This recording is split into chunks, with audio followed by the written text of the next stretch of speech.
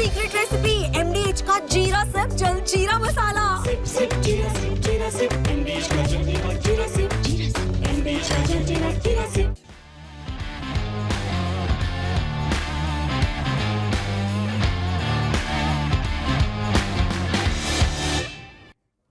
नमस्कार, स्पोर्ट्स 9 में आप सभी का स्वागत है। मैं हूं शिवेंद्र, मेरे साथ हैं मेरी सहयोगी अंकिता। और भारतीय टीम जो लॉर्ड्स में 22 रन से हारी, अब उसको भी समझ में आ रहा है कि अगला मुकाबला जो मैनचेस्टर में है वो कितना अहम है, क्योंकि एक मैच अगर आप और हारे तो सीरीज आपके हाथ से चली जाएगी। हर हालत में अब आपको मैनचेस्टर में जीत चाहिए। उसके लिए क्या हो रहा है, उसके लिए जो हम बता रहे हैं आपको वीडियो ऑल में, भारतीय टीम अभी मैनचेस्टर पहुंची नहीं है वो लंदन में, लेकिन वो बेकेनहम, आपको याद होगा, जहां पर शुरुआत में इस सीरीज के भारतीय टीम ने नेट्स किया था, वहां पर एक बार फिर पहुंच चुकी है। यही प्लान भी था, वहां पर प्रैक्टिस हुई है। उस प्रैक्टिस के बारे में आपको बताएंगे। अनिल कुंबले, आकाश चोपड़ा, मोइन अली, इन सब ने इस सीरीज को लेकर कई अहम बातें कही हैं, उस पर भी चर्चा करेंगे। लेकिन सबसे पहले अपडेट आपको बताते हैं कि भारतीय टीम ने आज जो है वो बेकेनहम में प्रैक्टिस की, और इस प्रैक्टिस की खास बात ये थी, अपडेट दिखा दीजिए। इस प्रैक्टिस की खास बात ये थी कि सभी खिलाड़ी वहां पर मौजूद रहे। ऋषभ पंत जो जिनको चोट लगी थी और जिनको लेकर थोड़ा सा डाउट था, पिछले मैच में वो कीपिंग नहीं कर रहे थे, उनकी जगह ध्रुव जुरेल को हमने देखा कीपिंग करते हुए, वो भी नजर आए नेट्स में। सबसे इंपॉर्टेंट पॉइंट यही है, क्योंकि वो अपने आप में एक चिंता की वजह बन सकता था। इस पर अभी हम अंकिता से रिएक्शन भी लेंगे। भारतीय टीम शनिवार को मैनचेस्टर के लिए रवाना होगी। जैसा मैंने आपको बताया कि अभी भारतीय टीम वहां पहुंची नहीं है, लेकिन उससे पहले ही यहां पर पसीना बहाने का जो सिलसिला है वो शुरू हो गया है, वो कार्यक्रम शुरू हो गया है, क्योंकि जरूरत भी इसी बात की है कि आप नेट्स में जाएं, अपनी गलतियों को सुधारें, और फिर जिस तरह से एजबेस्टन में भारतीय टीम ने कमबैक किया था, कुछ वैसा ही कमबैक आप मैनचेस्टर में करें। दो चीजें अहम हैं अंकिता। एक, ऋषभ पंत ने नेट्स में कितनी प्रैक्टिस की, बल्लेबाजी की, नहीं की, वो एक अलग विषय हो सकता है, लेकिन वो नेट्स में है, इसका मतलब ये है कि कोई जो उनकी चोट थी वो इतनी गंभीर नहीं है कि कोई अगले मैच में उनके खेलने को लेकर कोई डाउट हो। ये बड़ा रिलीफ है भारतीय टीम के लिए। बिल्कुल, ये रिलीफ भी है और अच्छी खबर भी है फैंस के लिए भी और टीम के लिए भी कि भाई ऋषभ पंत, जो कि हम कहते हैं कि मिडिल ऑर्डर में एक मजे हुए खिलाड़ी के तौर पर जाने जाते हैं, जब भी उनको दरकार होती है कि बड़े रन्स की तरफ बढ़ने के लिए, वहाँ पर ऋषभ पंत का बल्ला बोलता है। और हर एक मैच में आपको पता है कि किस फॉर्मेट में कौन सा खिलाड़ी बेहतरीन है, और हम जानते हैं कि वो किस तरीके की फॉर्म उनकी रही। इससे पिछले, अगर हम पहले टेस्ट मैचेस की बात करें तो उन्होंने काफ़ी बढ़िया प्रदर्शन भी किया, और इस मैच में भी उन्होंने काफ़ी बढ़िया अपना पूरा 100% भी दिया। तो ये अच्छी खबर है कि भाई अगर उनके चोट की जो खबर आ रही थी कि भाई अगले मैच में क्या ऋषभ पंत आएंगे या नहीं आएंगे, लेकिन उन्हें देखा गया प्रैक्टिस करते हुए वहां पर देखा गया, और जिस तरीके की नेट्स में वो नजर आए, तो कहीं ना कहीं ये चिंता का विषय तो नहीं है। और अच्छी खबर है फैंस के लिए भी, क्योंकि लगातार अगर आपके जो सेट बैट्समैन होते हैं वो इंजरी के चलते जो है उन्हें अगले मैच में अगर मौका नहीं मिलता, वो नहीं खेल पाते, तो आपके लिए भी रिलीफ की बात नहीं होती है। वो मैनेज करना भी बहुत डिफिकल्ट हो जाता है। जो लगातार बढ़िया फॉर्म में चल रहा है वो खिलाड़ी अगर इंजर्ड हो जाता है तो कहीं ना कहीं मुश्किलें और भी आपकी टीम के लिए बढ़ जाती हैं। यहाँ से अच्छी खबर है कि ऋषभ पंत फाइनली जो है वो नेट्स में नजर आए, बाकी प्लेयर्स भी वहां पर नजर आए। और अच्छी बात यह है कि यहां से अगर आप स्टार्ट अच्छा कर देंगे, नेट्स में ज्यादा से ज्यादा प्रैक्टिस करेंगे, तो आपके लिए बेनिफिट होगा। और ऋषभ पंत, जो कि हर एक मैच में उनका बढ़िया योगदान रहा है, उम्मीद यही है कि जो अगला मैच है, चौथा मैच है, यहाँ से किसी भी तरीके से आपको मैच को जीतना पड़ेगा, नहीं तो ये सीरीज आपके हाथ से, जो हमने अभी बात करी कि भाई जो सीरीज है वो आपके हाथ से निकल जाएगी, तो यहाँ से आपको टोटल हारना तो नहीं है, किसी भी हाल में आपको यहाँ पर जीतना पड़ेगा। बिल्कुल, वो हार की जो है अब गुंजाइश नहीं है अगर आपको सीरीज में बने रहना है तो। और ऋषभ पंत कितने इंपॉर्टेंट है अंकिता, उसको ऐसे भी समझा जा सकता है कि लीड्स टेस्ट मैच की पहली पारी में 134, दूसरी पारी में 118, यानी एक ही पारी में 2 शतक, एक ही मैच में उन्होंने दोनों पारियों में शतक लगाया था। इसके बाद अगले टेस्ट मैच में भी अगर आप आएंगे तो पहली पारी में 25 रन का योगदान है, दूसरी पारी में 65 रन का योगदान है। वो 65 रन 58 गेंद पर बने थे, बहुत तेज गति से उन्होंने बैटिंग की थी। इसके बाद अगर आप तीसरे टेस्ट मैच में आएंगे, जो अनफॉर्चुनेटली भारतीय टीम 22 रन के मामूली से अंतर से हार गई, वहां पर भी पहली पारी में उनके 74 रन थे।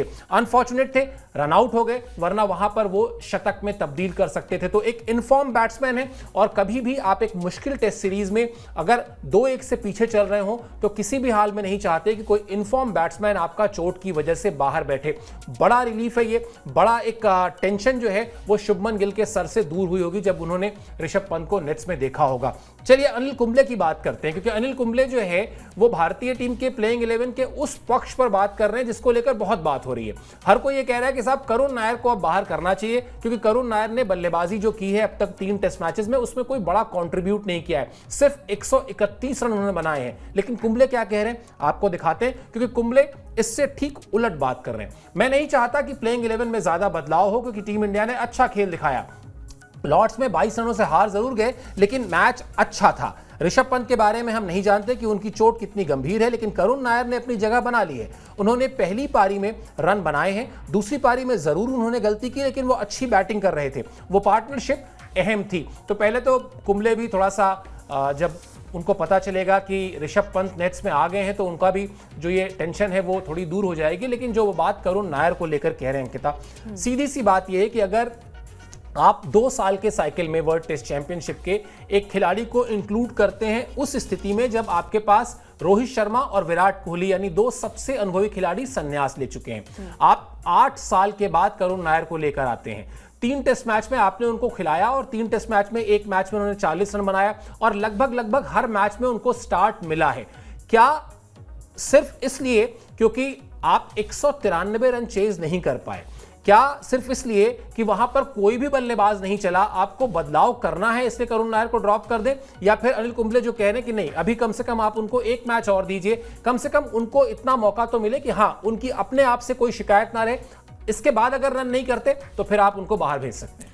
देखिए इनकी बात भी ठीक है, क्योंकि आप अगर किसी भी खिलाड़ी को लगातार सीरीज में खिला रहे पहले, दूसरे और तीसरे मैच में, और फिर नंबर 3 पर कौन खेलेगा? आपने साई सुदर्शन को भी मौका दिया पहले मैच में, जहां पर वो 0 पर पहले ही इनिंग्स में आउट हो गए थे, और उसके बाद जो है आपने हर्ष देखा था कि किस तरीके से जो है वो मतलब एक सीनियर खिलाड़ी के तौर पर, और खासकर इंग्लैंड में उन्हें अनुभव भी, एक्सपीरियंस भी है। तो कहीं ना कहीं अगर आप अपनी प्लेइंग 11 से छेड़खानी करेंगे तो ये आपके लिए ही जो है वो घातक साबित हो सकता है। और इसमें अच्छी बात यह है कि आप अगर मौके दे रहे हैं तो आप इस मैच में जो है वो मौका देकर देखिए। अगर यहाँ से अगर उनका बल्ला नहीं चलता तो आप एक्सपेरिमेंट जो है वहाँ पर कर सकते हैं, लेकिन किसी भी खिलाड़ी को इस तरीके से बाहर करना, आई थिंक यहाँ पर डिस्कशन जो है वो टीम मैनेजमेंट और गौतम गंभीर के बीच में होगा, किस तरीके से स्ट्रैटेजी वहाँ पर बनाई जाएगी। और यहाँ से अगर आपको हीरो बनना है, किसी भी खिलाड़ी को यहाँ से अच्छा प्रदर्शन करना है, तो आपको बुरी स्थिति में जो है वो मैच को जिताना पड़ेगा। और ये मैच जो है वो बहुत ही ज़्यादा डिफिकल्ट होने वाला है इंडिया के लिए भी, और वो प्रेशर जो है वो आपके कहीं ना कहीं कंधे पर होगा कि नंबर 3 पर एक स्लॉट जहाँ पर हम कहते हैं ना कि मैच बनता भी है और बिगड़ता भी है। और जब आप टॉप ऑर्डर बैट्समैन है तो आपको ये भी ख्याल रखना पड़ेगा कि मैच में किस तरीके से रन्स आपको बनाने। अभी तक इतने सारे रन्स बने हैं, इतने सारे बल्लेबाजों ने अच्छा प्रदर्शन किया है। हमने देखा था कि पहले मैच में 5 शतक आए थे, तो आपकी जो खामियां थी वो थोड़ी सी छुप गई थी। हालांकि मुश्किल है उन्हें बाहर का रास्ता दिखाना, लेकिन चर्चाएं बहुत तेज हैं कि करुण नायर को जो है वो नंबर 3 की जो पोजीशन है, यानी कि चौथा जो मैच है वहां से बाहर का रास्ता दिखाया जा सकता है। लेकिन कुंबले की बात भी 100% सही है कि आप उनकी जगह फिर किसे खिलाएंगे?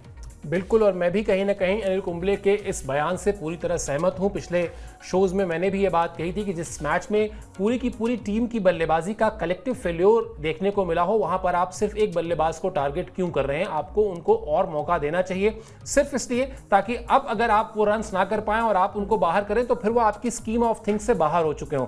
फिर ये ना हो कि आपने अभी ड्रॉप कर दिया, फिर उन्होंने जाकर डोमेस्टिक क्रिकेट में रन बनाए और आप फिर उनके पास चले गए कि चलिए जी आइए हम आपको सेलेक्ट कर रहे हैं। आप जब तक किसी को फाइनली रिजेक्ट नहीं करेंगे तब तक वो दरवाजा जो है बंद नहीं होगा। तो आप उनको मौका दीजिए और एक टेस्ट मैच और खिलाने में कोई हर्ज नहीं है, यही हम लोग बात कर भी रहे थे। करुण नायर के बाद जो दूसरा यक्ष प्रश्न है, वो जो इस सीरीज में यक्ष प्रश्न है, यानी जसप्रीत बुमराह का प्रश्न।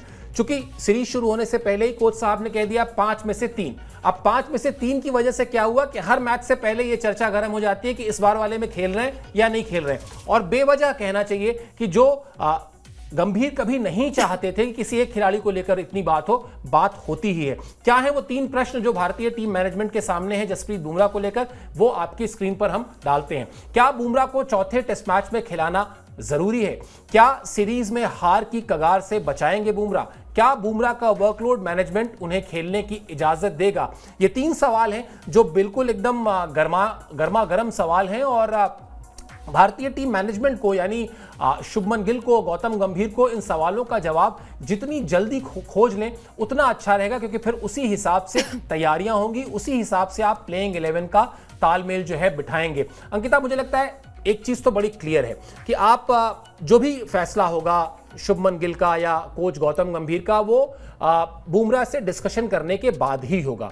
लेकिन ये तो तय है कि अब अगर आपको खिलाना है उनको 2 में से 1 मैच, तो ये बेस्ट अपॉर्चुनिटी है उनको खिला के आप उनका बेस्ट ले लें। अभी तक उन्होंने जो 2 टेस्ट मैच खेले हैं, एक में 5 विकेट लिया था, एक में 7 विकेट लिया था। उनके आने से आपकी बॉलिंग यूनिट एक अलग धार में दिखाई देती है, और अगर आप उनका इस्तेमाल करना चाहते हैं तो आप चौथे टेस्ट मैच में करें। पहले जीत अगर मिल गई, 2-2 से सीरीज बराबर हो गई, तो फिर आप जाकर, जैसे एजबेस्टन में आपने बाकी गेंदबाजों से कहा था कि नहीं कोई बात नहीं, बुमराह नहीं है तब भी हम जीत सकते हैं, तब जाकर आप लास्ट टेस्ट मैच में कह सकते हैं। लेकिन अभी तो वक्त की जो नजाकत है, वक्त की जो मांग है, वो ये है कि बुमराह चौथा टेस्ट मैच खेले। बिल्कुल, और देखिए मतलब यहाँ से ये चीज़ें क्लियर होती हैं कि वो खिलाड़ी जो है वो कितना महत्वपूर्ण है आपकी टीम के लिए, मनोबल बढ़ाने के लिए भी। भले ही चलिए विकेट्स वो चटकाने में माहिर होते हैं, लेकिन जब आपकी टीम में कोई ऐसा सीनियर खिलाड़ी होता है जो एक्सपीरियंस मैटर करता है, जो अपने बॉलर्स को जो है वो बहुत सारी चीज़ें बता सकता है, अपने एक्सपीरियंस शेयर कर सकता है, विकेट्स किस तरीके से यहाँ पर होती है वो सब कुछ बता सकता है, तो ये प्लस पॉइंट होगा टीम के लिए भी। और कहीं ना कहीं जो प्लेयर्स होते हैं उनके लिए भी जो है वो बहुत ज़्यादा प्रेशर लेकर वो गेंदबाजी नहीं करेंगे। और जब आपके पास कोई चांस नहीं है, यहाँ से मौका आप नहीं गंवाना चाहेंगे, ये सीरीज जो है वो अपने हाथ से नहीं गंवाना चाहेंगे, तो डेफिनेटली यहाँ पर बुमराह को ले जाना ही पड़ेगा किसी भी हालत में। और बुमराह भी बातचीत जो है वो हो रही होगी, क्योंकि एक लंबा अभी समय मिला हुआ है, 1 हफ्ते का अगर आपको वक्त मिला हुआ है, जहाँ से इतना भी आई थिंक ब्रेक लेने के बाद हमने देखा है कि भाई बहुत ज़्यादा वो पेन में हमने देखा है कि बुमराह नजर नहीं आ रहे थे, बहुत ही रिलैक्स वो गेंदबाजी कर रहे थे। लेकिन सुबह वाले शो में हमने बात करी थी कि बहुत ज़्यादा आप ओवर्स अगर करवाएंगे तो डिफिकल्टीज यहाँ पर उनके लिए खड़ी हो सकती है। लेकिन बुमराह अगर टीम में होते हैं, जैसे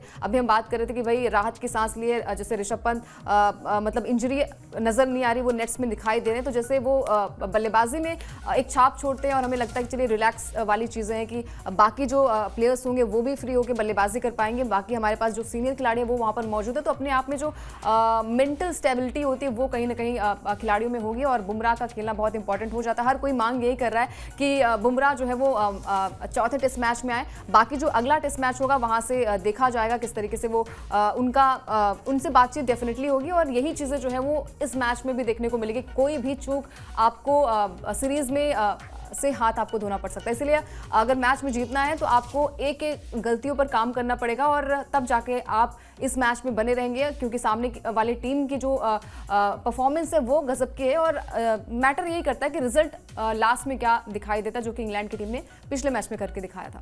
बिल्कुल, इंग्लैंड की टीम ने जिस तरह से पिछले मैच में सिर्फ 193 रन पर भारतीय टीम को लक्ष्य का पीछा नहीं करने दिया, जिस तरह से दबाव बनाया, वो दिखाता है कि किस तरह से जब सीनियर प्लेयर, सीनियर बॉलर्स आपकी कमान संभाल लेते हैं तो फिर वो बल्लेबाज को मुश्किल में डालते हैं। जिस तरह से बेन स्टोक्स हो चाहे जोफ्रा आर्चर, उन्होंने गेंदबाजी की और इसीलिए बुमराह को लेकर इतनी बातचीत भी हो रही है। बुमराह का वर्कलोड मैनेजमेंट, यानी बुमराह ने जो इस सीरीज में अब तक मेहनत की है वो भी आपको दिखा देते हैं, कितनी गेंदबाजी उन्होंने की है उसका लेखा जोखा भी आपकी स्क्रीन पर है।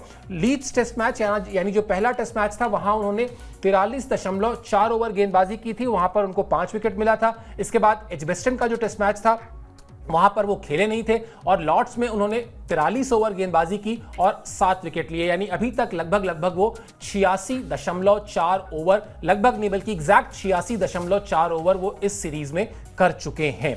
अब मजेदार बात यह है कि बुमराह के इस वर्कलोड मैनेजमेंट की जो इतनी सारी चर्चा हो रही है, इस चर्चा के बीच आकाश चोपड़ा ने एक नई बहस छेड़ दी। उन्होंने कहा कि भाई आखिर वर्कलोड मैनेजमेंट की जो बात होती है वो सिर्फ बुमराह के ही वर्कलोड मैनेजमेंट की बात क्यों होती है, सिराज पर कोई बात क्यों नहीं करता। पहले क्या कहा उन्होंने वो आपको दिखाते हैं, उसके बाद आगे बातचीत करेंगे। उन्होंने कहा कि सिराज बहुत मेहनत करते हैं, वो भी काफी ओवर गेंदबाजी करते हैं, ये रोचक है कि उन पर कोई बात नहीं करता, ये ठीक नहीं है। आप बाकी खिलाड़ियों के वर्कलोड पर बात करते हैं लेकिन सिराज पर नहीं। बावजूद इसके वो अपना 100% प्रदर्शन देते हैं। वो जब भी गेंदबाजी करने आते हैं पूरे दिल से गेंदबाजी करते हैं और पूरी ताकत झोंकते हैं। अब बात गलत नहीं कह रहे हैं आकाश चोपड़ा, अंकिता, मेरे ख्याल से, लेकिन मुझे लगता है शायद जो बड़ा फर्क है सिराज और जसप्रीत बुमराह में, वो फर्क फिटनेस का है। सिराज को अभी तक उस तरह की कोई लोअर बैक इंजरी नहीं हुई है जिस तरह की इंजरी जसप्रीत बुमराह ने अपने करियर में 3-4 बार झेल चुके हैं। हर बार ऐसा होता है, और खुद बुमराह खुद कह भी चुके हैं कि मेरे लिए तो हर 2 महीने पे कहा जाता है कि मेरा करियर खत्म हो जाएगा। और मैं सिर्फ मतलब बुमराह नहीं, कई बड़े बॉलर्स जिसमें शोएब अख्तर शामिल हैं, वो कह चुके हैं कि जिस तरह की इंजरी उनको है जसप्रीत बुमराह को, उसमें वो अगर एक बार और गए तो फिर वो चले जाएंगे, हमेशा के लिए उनका करियर खत्म हो जाएगा। ये हालांकि अलग बात है कि बुमराह हर बार इस बात को गलत साबित करते हैं, तो ये कोई किसी को फेवर करने जैसा नहीं है, मतलब जो मैं समझ पा रहा हूं ये, बल्कि ये है कि हाँ, बुमराह चूंकि इंजरी प्रोन ज्यादा है इसलिए उन पर ज्यादा बातचीत होती है। बिल्कुल, और देखिए मतलब यहाँ से हमने देखा भी है कि भाई फिटनेस की वजह से कहीं ना कहीं आप तवज्जो देते हैं और एक बढ़िया प्लेयर के नाते, हालांकि कंपैरिजन जो है वो सिराज का बुमराह से नहीं करना चाहिए, लेकिन अगर हम परफॉर्मेंस की बात करें तो लगातार मतलब इंजरी के बाद भी अगर कोई खिलाड़ी इतना बढ़िया प्रदर्शन कर रहा है, चाहे वो बीजीटी की बात करें, भले ही हम वो सीरीज हार गए थे, वो मैच हार गए थे, लेकिन वहां से बुमराह ने जिस तरीके से प्रदर्शन किया था, और मैच भले ही टीम इंडिया हार गई थी लेकिन वहां पर भी उन्होंने अपनी कप्तानी से, अपनी गेंदबाजी से जो है वो बढ़िया प्रदर्शन किया था। और देखिए इंजरी कंसर्न है, और हमने देखा भी है कि भाई एक ऐसा प्लेयर जो लगातार बढ़िया फॉर्म में है और उस तरीके से उनको इंजरी से बचाना और बहुत ज़्यादा वर्क उन पर ना देना, वर्कलोड ना देना, ये कहीं ना कहीं हर कोई जानता है कि उनके जैसा प्लेयर जो है, उनके जैसा जो खिलाड़ी है, उनके जैसा जो बॉलर्स है, वो दुनिया में, जैसे हमेशा विराट कोहली भी जब T20 वर्ल्ड कप खत्म हुआ था उसके बाद भी कहा था कि सिर्फ एक ऐसा खिलाड़ी, बुमराह की तारीफ में इतने कसीदे जो है वो पढ़े जाते हैं। और जैसे हमने कहा कि सुबह वाले शो में हम बात कर रहे थे कि भाई जड़ी बूटी उन्हें आप नाम दे दीजिए, क्योंकि जिस तरीके से वो टीम में होते हैं, भले ही विकेट्स थोड़ी लेट उन्हें मिलती है कभी कभार, लेकिन वो प्रेशर जो है वो कहीं ना कहीं गेंदबाजों पर नहीं आने देते हैं, और यही बहुत अच्छी बात है, यही बहुत खासियत है। बाकी कंपैरिजन हम किसी भी खिलाड़ी से किसी का करेंगे तो हर खिलाड़ी जो है वो अपने आप में अनोखा है, जैसे सिराज है वैसे बुमराह भी अपनी डिपार्टमेंट, अपने अनुभव के हिसाब से बहुत ही ज़्यादा मैटर भी करते हैं। बिल्कुल, और मुझे लगता है सिराज को शायद इस बात की शिकायत भी नहीं होगी, बल्कि सिराज तो चाहते होंगे कि उनको ज्यादा से ज्यादा मैचेस खेलने को मिले। कोई भी खिलाड़ी जो फिट है वो तो चाहता है ना कि अपनी कंट्री को जितना ज्यादा रिप्रेजेंट कर सकें करें। ना खेलने की तकलीफ कुलदीप यादव को पता होगी, क्योंकि सब जानते हैं कितने बड़े खिलाड़ी हैं, कितने शानदार खिलाड़ी हैं, लेकिन मौका ही नहीं मिल रहा है। तो मुझे नहीं लगता ये बहस जरूर एक नई किस्म से छेड़ी जा सकती है, लेकिन संभवतः उसकी जो वजह है वो अभी हमने डिस्कस की। चलिए मोइन अली पर आते हैं। मोइन अली पर इसलिए आते हैं क्योंकि एक बहस और छिड़ी हुई है।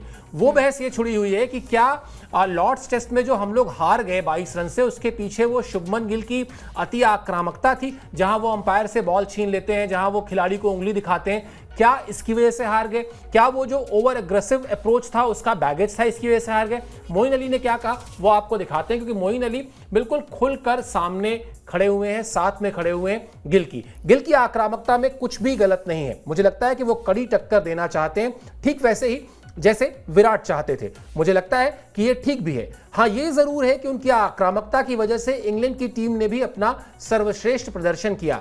ये इंग्लैंड की टीम का दूसरा पक्ष है। हर एक खिलाड़ी सीरीज को जीतना चाहता है, मुझे इसमें कुछ भी गलत नहीं लगता है। तो ये वो जो चर्चा थी काफी गर्म की, भाई कहीं ऐसा तो नहीं है कि जो गिल ने बहुत ज़्यादा अपनी आक्रामकता दिखाने के चक्कर में वो कहीं दिमाग में तो वो नहीं बैठ गई, लेकिन अगर आप पूरे टेस्ट मैच को उठाकर देखेंगे तो उसमें शायद वो जो कुछ हुआ गेंद को लेकर, जिस तरह की फ्रस्ट्रेशन थी, चाहे वो शुभमन गिल में हो, चाहे वो मोहम्मद सिराज में हो, और फिर ये वही वाली बात है कि सिक्के के दो पहलू हैं। यही एक बड़ा वर्ग था जो लीड्स टेस्ट मैच के बाद कह रहा था कि गिल बड़े शांत दिखाई दे रहे थे।